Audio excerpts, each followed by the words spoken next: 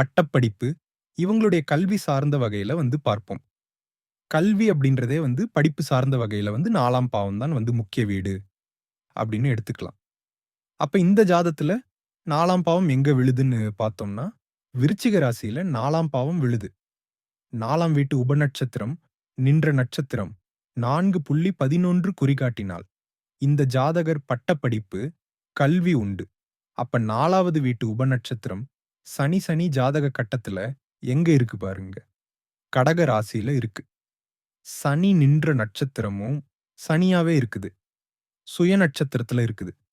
அப்ப இந்த சனி வந்து 4.11 குறிட்டுதா அப்படின்னு பார்த்தோம்னா, சனி வந்து நமக்கு வந்து 6, 7, 12 தான் குறிட்டுறாரு. அப்ப வந்து இவருக்கு அடிப்படை கல்வி இல்லையா அப்படின்றத பார்த்தோம்னா, முதல்ல வந்து கிருஷ்ணமூர்த்தி ஜோதிட முறை ரீதியா வந்து ஒவ்வொரு விஷயத்துக்குமே வந்து ஒரு மறுப்பு பாவம் அப்படின்னு ஒண்ணு இருக்கு. இது வந்து ஒரு மிக முக்கியமான ஒரு விஷயம்.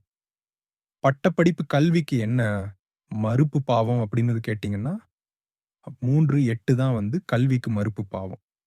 அப்ப 4வது வீட்டு உபநட்சத்திரம் சனி. சனி நின்ற நட்சத்திரம். சனியாவே இருக்கிறதால, இந்த சனி வந்து வெறும் வந்து 3.8 மட்டுமே குறிட்டுச்சுன்னா, இவருக்கு வந்து 100% இவங்களுக்கு வந்து பட்டப்படிப்பு கல்வியே இல்ல அப்படின்னுட்டு சொல்லலாம். நமக்கு வந்து நிறைய பாவமான 3யோ, 8யோ சனி குறிட்டுறாரான்னு பார்த்தா இல்ல. சரிங்களா? அதனால இந்த ஜாதகருக்கு கல்வி உண்டு. ஆனா, அந்த கல்வி அப்படின்றது வந்து ஒரு முழுமையான கல்வி இருக்காது. ஒரு தடையுடன் கூடியது. கொஞ்சம் வந்து ஆவரேஜா படிக்கக்கூடிய ஒரு ஒரு ஸ்டூடெண்ட்டா இருக்கும். ஒவ்வொரு விஷயத்துக்குமே தடைப்பாவம் இருக்குதான்னு நம்ம வந்து செக் பண்ணி பார்க்கணும்.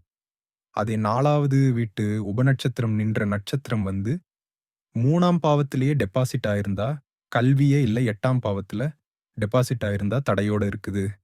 அப்படின்னெல்லாம் வந்து நம்ம எடுத்துக்கலாம்.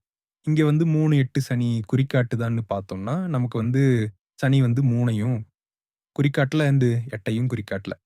அதனால கல்வி இருக்கு. அது வந்து ஒரு முழுமையான கல்வியா இருக்காது. ஒரு தடையுடன் கூடிய கல்வி அப்படின்னு முதல்ல எடுத்துக்கலாம்.